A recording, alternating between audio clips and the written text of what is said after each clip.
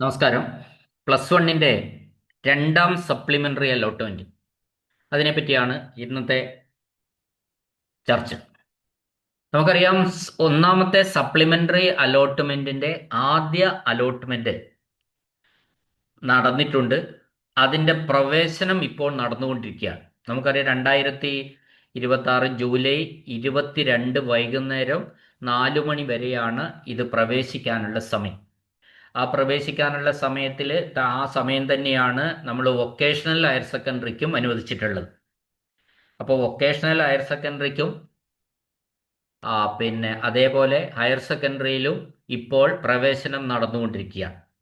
അപ്പോൾ അവിടെ ഏത് വൊക്കേഷനിൽ വേണ്ടവർക്ക് വൊക്കേഷനിലേക്ക് പോയി ചേരാം, ഹയർ സെക്കൻഡറി വേണ്ടവർക്ക് ഹയർ സെക്കൻഡറിയിലും ചേരാം എന്നുള്ളതാണ് ഒരു സ്ഥിതി. രണ്ടിൻ്റെയും പ്രവേശനം 22 തീയതി ബുധനാഴ്ച 4 മണിക്ക് അവസാനിക്കും. 4 മണി കഴിയുമ്പോൾ മാത്രമേ ഇതിൻ്റെ വേക്കൻസികളെ കുറിച്ചുള്ള ഒരു ഏകദേശ രൂപം വരികയുള്ളൂ.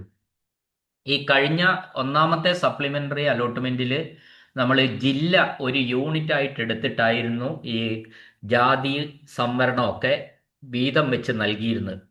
AWS, വിവിധ കമ്മ്യൂണിറ്റികൾ, പിന്നെ SC ST, മുസ്ലിം, ഈഴവ, തീയ, വിശ്വകർമ്മ, അങ്ങനെയുള്ള കമ്മ്യൂണിറ്റികൾക്കൊക്കെ റിസർവേഷൻ കൊടുത്തിരുന്നത് ജില്ല ഒരു യൂണിറ്റ് ആക്കി എടുത്തുകൊണ്ടാണ്. അപ്പോൾ ഇനി നമ്മൾ 23 തീയതി ഈ രണ്ടാം സപ്ലിമെന്ററി അലോട്ട്മെന്റ് ആണ് അടുത്തത് വരുന്നത് എന്ന് തന്നെയാണ് മനസ്സിലാവുന്നത്. അതിനും ശേഷമായിരിക്കും. നിരന്തരം ആവശ്യങ്ങളുണ്ട്, ട്രാൻസ്ഫർ നടക്കണം എന്നുള്ള ആവശ്യങ്ങൾ പല കോണിൽ നിന്നും വരുന്നുണ്ട്. എങ്കിൽ പോലും എനിക്ക് തോന്നുന്നത് ചിലപ്പോൾ രണ്ടാം സപ്ലിമെന്ററി അലോട്ട്മെന്റ് ആയിരിക്കും അടുത്തത് വരുന്നത്. അതും കഴിഞ്ഞ് മാത്രമായിരിക്കും നമുക്ക് ട്രാൻസ്ഫർ അലോട്ട്മെന്റ് വരിക എന്നാണ് മനസ്സിലാവുന്നത്. അപ്പം നമുക്കറിയാം, ഇതുവരെയും ഒരുപാട് കുട്ടികൾക്ക്, ഇനിയും വളരെയധികം കുട്ടികൾക്ക് നമുക്ക് സീറ്റുകൾ പ്രവേശനം കിട്ടാനുണ്ട് എന്നത് ഒരു സത്യമാണ്.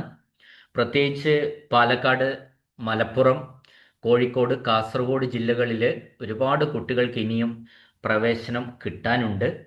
അപ്പോൾ ഈ കിട്ടാത്ത കുട്ടികളെ സംബന്ധിച്ചിടത്തോളം ഇനി 2 ചാൻസുകളാണ് ഉണ്ടാവുക. അത് ഞാൻ പറഞ്ഞുതരാം. 2 ചാൻസ് മാത്രമേ കിട്ടാത്തവർക്കുള്ളൂ. കിട്ടാത്തവർക്കുള്ള ഒരു ചാൻസ് എന്ന് പറയുന്നതാണ് ഈ രണ്ടാമത്തെ സപ്ലിമെന്ററി അലോട്ട്മെന്റ്. അതും കഴിഞ്ഞാൽ ട്രാൻസ്ഫർ നടക്കും. ആ ട്രാൻസ്ഫറും കഴിഞ്ഞാൽ നമുക്ക് സ്പോട്ട് അഡ്മിഷൻ എന്ന് പറയുന്ന ഒരു രീതി കൂടി അവസാനമുണ്ട്. അപ്പൊ ട്രാൻസ്ഫറിനെ സംബന്ധിച്ചിടത്തോളം ട്രാൻസ്ഫർ എന്ന് പറയുന്നത് കിട്ടിയവർക്കുള്ളതാണ്. അപ്പൊ കിട്ടാത്തവരെ സംബന്ധിച്ചിടത്തോളം രണ്ടാം സപ്ലിമെന്ററി അലോട്ട്മെന്റും സ്പോട്ട് അഡ്മിഷനുമാണ് ഉള്ളത്. അപ്പൊ സ്പോട്ട് അഡ്മിഷന്റെ 2 ദിവസം മുന്നേ പറയാം, അതിപ്പോഴേ പറയുന്നില്ല ഞാൻ. ഇപ്പൊ നമുക്ക് വരാനിരിക്കുന്നത് രണ്ടാം സപ്ലിമെന്ററി അലോട്ട്മെന്റ് ആയിരിക്കും. അതിന്റെ നോട്ടിഫിക്കേഷൻ 23 തീയതി ജൂലൈ 23 വരും. ഒരുപാട് മറ്റ് സാധാരണ മാറ്റങ്ങളൊന്നും ഇല്ലെങ്കിൽ ഇത് തന്നെയാണ്. അത് ഒരു 23 നോട്ടിഫിക്കേഷൻ വന്നാൽ 25 26 വരെയോ അപേക്ഷിക്കാനുള്ള സമയമുണ്ടാവും. ആ സമയത്ത് ഈ പ്രവേശനം ലഭിക്കാത്ത കുട്ടികൾ അപേക്ഷകൾ പുതുക്കി കൊടുക്കണം. ഇപ്പോൾ ഉള്ളത് അതുപോലെ നിന്നാൽ പോരാ. ഈ അപേക്ഷകൾ പുതുക്കുക എന്ന് പറഞ്ഞാൽ നമുക്ക് ഈ അപേക്ഷ പുതുക്കുമ്പോൾ ഉള്ള ഒരു വ്യത്യാസം എന്താ, നമ്മൾ അത് നോക്കേണ്ട കാര്യമില്ല. അപേക്ഷയിൽ നമ്മുടെ ബയോഡേറ്റ എല്ലാം അതുപോലെ അവിടെ ഉണ്ടാവും. എന്താ നമ്മൾ പുതുക്കേണ്ടത്? നമ്മൾ ഓപ്ഷൻ കൊടുത്തതാണ് പുതുക്കേണ്ടത്. അപ്പോൾ ഫസ്റ്റ് അലോട്ട്മെന്റിൽ നമ്മൾ കൊടുത്തതുപോലെ തന്നെ സെക്കൻഡ് അലോട്ട്മെന്റിലും ഓരോ സ്കൂളിലെയും വേക്കൻസികൾ കാണിക്കും. ആ വേക്കൻസികൾക്കനുസരിച്ച് നമ്മൾ ചെയ്താൽ മതി. പുതുക്കി കൊടുക്കേണ്ടതുള്ളൂ. വേക്കൻസി നമ്മൾ പരിശോധിക്കണം. വേക്കൻസി ഇല്ലാത്ത സ്ഥലത്ത് നമ്മൾ കൊടുക്കാനും കഴിയില്ല. നമ്മളിവിടെ എല്ലാ കുട്ടികളും, കിട്ടാത്ത കുട്ടികൾ ശ്രദ്ധിക്കേണ്ട ഒരു കാര്യം എന്താണെന്നറിയാം. നമുക്ക് ഈ കിട്ടാത്തവർക്ക് അൺഎയ്ഡഡ് കോട്ട എന്ന് പറയുന്ന ഒന്നുണ്ട്. അത് എല്ലായിടത്തും ഇല്ല. ചില ടൗണുകളിലൊക്കെ തന്നെയുള്ളൂ ഈ അൺഎയ്ഡഡ് സ്കൂളുകൾ. സാധാരണ നമ്മളെ ഗ്രാമപ്രദേശങ്ങളിൽ അൺഎയ്ഡഡ് സ്കൂളുകൾ ഇല്ല. അപ്പോൾ ടൗണുകളിലുള്ളവർക്ക് അൺഎയ്ഡഡ് സ്കൂളിൽ വേണമെങ്കിൽ പ്രവേശനം നേടാം. അല്ല എങ്കിൽ നമുക്ക് ഇവിടെ എവിടെയും കിട്ടിയിട്ടില്ലെങ്കിൽ, അതായത് രണ്ടാമത്തെ സപ്ലിമെന്ററിയിൽ കിട്ടിയില്ല, സ്പോട്ടിലും കിട്ടിയില്ല എങ്കിൽ നമുക്ക് ഈ നമ്മളുടെ തൊട്ടടുത്ത ഒരു ചെറിയ ടൗൺ ആണെങ്കിൽ അവിടെയൊക്കെ പ്രൈവറ്റ് ആയിട്ട് പ്ലസ് ടു ഉണ്ടാവും.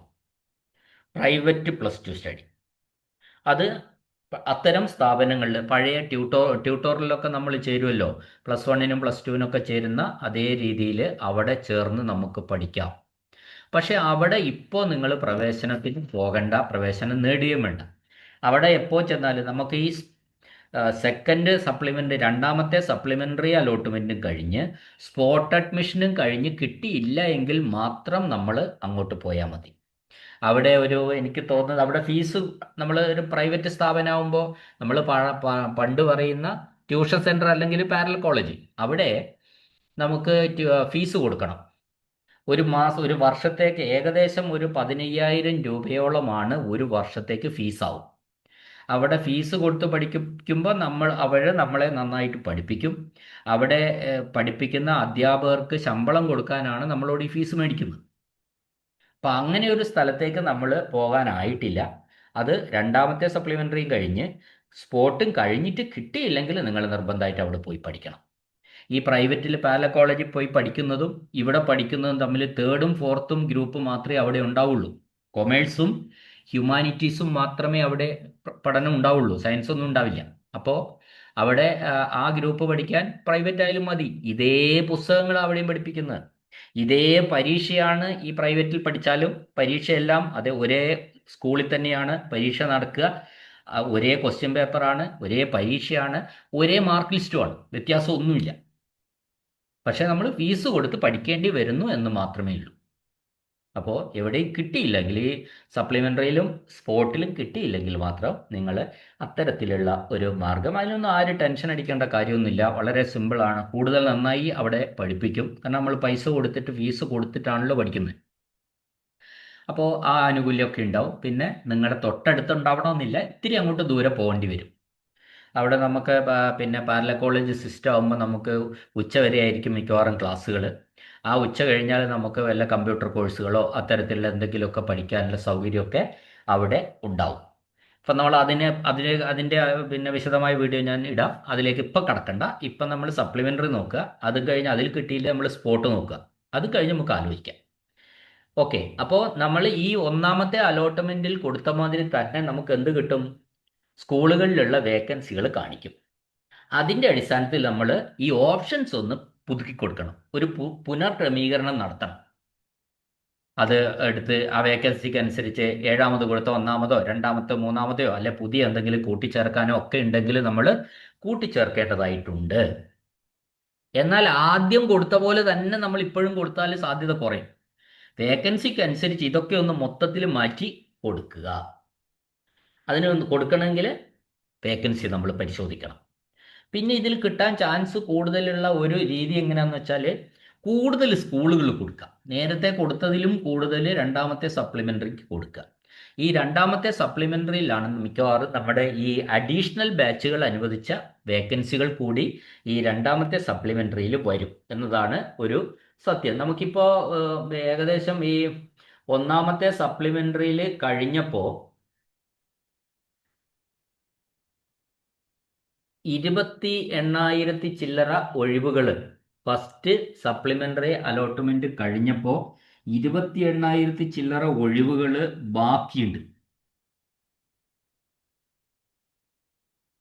അത് ഈ വരാത്തവരും പ്ലസ് പിന്നെ കൃത്യം പറഞ്ഞാൽ 28,580 ഒഴിവുകൾ കേരളത്തിൽ മുഴുവനായിട്ട് ബാക്കിയുണ്ട്. അതുകൂടാതെ ഈ അഡീഷണൽ ബാച്ചിൻ്റെ കുട്ടികളും പിന്നെ അതേപോലെ പിന്നെ ഒക്കെ VHSCയിലൊക്കെ പോയ ഒഴിവുകളൊക്കെ കൂടി വരുമ്പോൾ ഏകദേശം ഒരു 35,000-ഓളം ഒഴിവുകൾ ഈ രണ്ടാമത്തെ സപ്ലിമെൻ്ററിയിൽ നമുക്ക് ഉണ്ടാവും. അത് മനസ്സിലാക്കാം. അപ്പം നമ്മൾ എന്ത് ചെയ്യണം? കൂടുതൽ സ്കൂളുകൾ, ഒന്നോ രണ്ടോ സ്കൂൾ മാത്രമേ കൊടുത്തെങ്കിൽ അവിടെ ഒഴിവുണ്ടെങ്കിൽ മാത്രമേ അവർ നമുക്ക് തരുള്ളൂ. അപ്പോൾ കൂടുതൽ സ്കൂൾ കൊടുക്കുക, വേക്കൻസികൾ പരിശോധിക്കുക, വേക്കൻസിക്ക് അനുസരിച്ച് നമ്മൾ അപേക്ഷ വെക്കുക എന്നതാണ് ഇവിടെ ചെയ്യാനുള്ള ഒരു കാര്യം.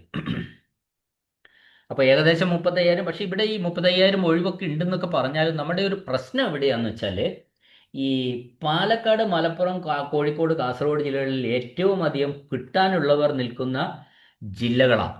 പക്ഷെ അവിടെയാണ് വേക്കൻസി കുറവാണ്. ഇപ്പോൾ ഈ 4 ജില്ലയുടെ ഒരു ഒഴിവ് ഞാൻ പറഞ്ഞ പാലക്കാട് 464 ഒഴിവേ ബാക്കിയുള്ളൂ കഴിഞ്ഞ അലോട്ട്മെന്റ് കഴിഞ്ഞപ്പോൾ. അത് ഇത്തിരിയും കൂടെ കൂടുമായിരിക്കും. മലപ്പുറത്ത് 598 ഒഴിവേ ബാക്കിയുള്ളൂ. കോഴിക്കോട് 921 ഒഴിവേ ബാക്കിയുള്ളൂ. കാസർഗോഡ് 979 ഒഴിവുകളെ ബാക്കിയുള്ളൂ. എന്നാൽ ഈ ജില്ലകളിലെ പ്രവേശനം കിട്ടാത്ത ഒരുപാട് കുട്ടികൾ പുറത്തു നിൽക്കുന്നു എന്ന ഒരു സത്യവും ഉണ്ട്. മറിച്ചൊരു വശം കൂടി ഞാൻ പറഞ്ഞുതരാം. തിരുവനന്തപുരം മുതൽ കോട്ടയം വരെ എല്ലാ ജില്ലകളിലും 3500-നും 4000-നും ഇടയ്ക്ക് ഒഴിവുകളുണ്ട്. അവിടെ അത്രയും 4000-ത്തിനടുത്ത് വേക്കൻസികൾ പിന്നെ കോട്ടയം, പത്തനംതിട്ട, കൊല്ലം, തിരുവനന്തപുരം ഈ ജില്ലകളിലൊക്കെ തന്നെ അത്തരത്തിൽ, ആലപ്പുഴ ഈ ജില്ലകളിലൊക്കെ തന്നെ 4000-ത്തിനടുത്ത് ഒഴിവുകൾ ഓരോ ജില്ലയിലും ഉണ്ട്. അപ്പോൾ എന്താ പ്രശ്നം എവിടെയാന്ന് വെച്ചാൽ ഇപ്പോഴുള്ള പ്രശ്നം അതാണ്. ആവശ്യക്കാരുള്ളിടത്ത് നമുക്ക് ആവശ്യമായ ബാച്ചില്ല, ബാച്ചുകൾ ഇഷ്ടം പോലെ ഉള്ളിടത്ത് ആവശ്യക്കാരുമില്ല. എന്നാൽ ടോട്ടൽ ഒഴിവ് എത്രയുണ്ട്? 10-35,000 ഒഴിവുകളും നിലവിലുണ്ട്. ഇപ്പൊ മലപ്പുറത്തുള്ള ഒരു കുട്ടിയെ സംബന്ധിച്ച് പോയിട്ട് കൊല്ലത്ത് പോയി പഠിക്കാൻ പറ്റില്ലല്ലോ +2. ഇതാണ് പ്രശ്നം. അപ്പോൾ ഇങ്ങനെയുള്ള ഇത് പരിഹരിക്കാൻ വേണ്ടി അടുത്ത വർഷമെങ്കിലും നമ്മൾ എന്ത് ചെയ്യണം? തെക്കൻ ജില്ലകളിൽ കുട്ടികളില്ലാത്ത ബാച്ചുകൾ ക്യാൻസൽ ചെയ്ത് വടക്കൻ ജില്ലയിലേക്ക് കൊണ്ടുവന്നാൽ ഒരു സാമ്പത്തിക ബാധ്യതയില്ലാതെ എല്ലാവർക്കും പ്രവേശനം കിട്ടുന്ന ഒരവസ്ഥ വരും. ഇപ്പം സർക്കാരിനെ സംബന്ധിച്ചിടത്തോളം പുതിയ ബാച്ചുകൾ കൂടുതലിട്ടാൽ അവിടെയൊക്കെ പുതിയ ബാച്ച് വരുമ്പോൾ അവിടെയൊക്കെ ഡെയിലി വേജ് ആയിട്ടുള്ള ടീച്ചേഴ്സേ ഉണ്ടാവുള്ളൂ. എന്നാലും ഒരു പരിധിയിൽ കൂടുതൽ പുതിയ ബാച്ചുകൾ വരുമ്പോൾ സർക്കാരിന് അത് സാമ്പത്തിക ബാധ്യതയാണ്. പക്ഷേ തെക്കൻ ജില്ലകളിലെ കുട്ടികൾ ചേരാത്ത ബാച്ചുകൾ ഒരുപാടുണ്ട്. കംപ്ലീറ്റ് ആയിട്ട് 25-30 ഒരു 50 കുട്ടികൾ പോലും തികയാത്ത ബാച്ചുകളുണ്ട്. അത്തരം ബാച്ചുകൾ നമുക്ക് ഇടയ്ക്കിടയ്ക്ക് ഓരോന്നൊക്കെ ഒഴിവാക്കിയിട്ട് ഈ മലബാർ ജില്ലകളിലേക്ക് കൊണ്ടുവന്നാൽ അതെല്ലാവർക്കും ഒരു തുലനം ചെയ്യാൻ വേണ്ടി സാധിക്കും. പരമാവധി കുട്ടികൾക്ക് കിട്ടാൻ വേണ്ടിയും അത് സഹായിക്കുമെന്നാണ് ഈ അവസരത്തിൽ പറയാനുള്ളത്. അപ്പം നിങ്ങൾ എല്ലാ കുട്ടികളും 23-ാം തീയതി നമുക്ക് പുതിയ നോട്ടിഫിക്കേഷൻ വരും. ആ നോട്ടിഫിക്കേഷൻ വരുമ്പോൾ വേണമെങ്കിൽ ഒരിക്കൽ കൂടി ഞാൻ വിശദാംശങ്ങൾ പറഞ്ഞു തരാം. അതിൻ്റെ അടിസ്ഥാനത്തിൽ നമ്മൾ 2ാം സപ്ലിമെൻ്ററി അലോട്ട്മെൻറ്റിന് കൊടുക്കാം. ഇനി അപ്രതീക്ഷിതമായിട്ട് എങ്ങാനും ട്രാൻസ്ഫർ ആദ്യം വരുമോ എന്നും പറയാൻ പറ്റില്ല. എൻ്റെ ഒരു അഭിപ്രായത്തിൽ സാധ്യത കുറവാണ്. 2ാം സപ്ലിമെൻ്ററിക്ക് തന്നെയാണ് സാധ്യത. അതിനുശേഷമേ ട്രാൻസ്ഫർ ഉണ്ടാവുകയുള്ളൂ. ഇപ്പം ട്രാൻസ്ഫർ വന്നാൽ ട്രാൻസ്ഫറുകാരനെയും കിട്ടാത്തവരും കിട്ടിയവരും തമ്മിൽ ഒരു ബന്ധവുമില്ല. ട്രാൻസ്ഫർ കിട്ടിയവർക്കാണ്. സപ്ലിമെൻ്ററികളും സ്പോട്ടും ഒക്കെ ഇതുവരെ കിട്ടാത്തവർക്കുമാണ്. എല്ലാവർക്കും കിട്ടട്ടെ. നമ്മളിത് സസൂക്ഷ്മം നോക്കി വിശദമായി വേക്കൻസികളൊക്കെ പരിശോധിച്ച് നമുക്ക് പോയി വരാൻ സൗകര്യമുള്ള പരമാവധി സ്കൂളുകളിൽ നിങ്ങൾ അപേക്ഷ കൊടുക്കണമെന്നാണ് എനിക്ക് പറയാനുള്ളത്. ബാക്കി കാര്യങ്ങളൊക്കെ ഞാൻ നോട്ടിഫിക്കേഷൻ വന്നതിന് ശേഷം പറയാം. ഓക്കെ, എല്ലാവരും കേട്ട എല്ലാവർക്കും നന്ദി. നിങ്ങൾ ഈ ചാനൽ സബ്സ്ക്രൈബ് ചെയ്യാത്തവരാണെങ്കിൽ ദയവായി സബ്സ്ക്രൈബ് ചെയ്യണം എന്നൊരു അഭ്യർത്ഥന കൂടിയുണ്ട്. കേട്ട എല്ലാവർക്കും നന്ദി, നമസ്കാരം.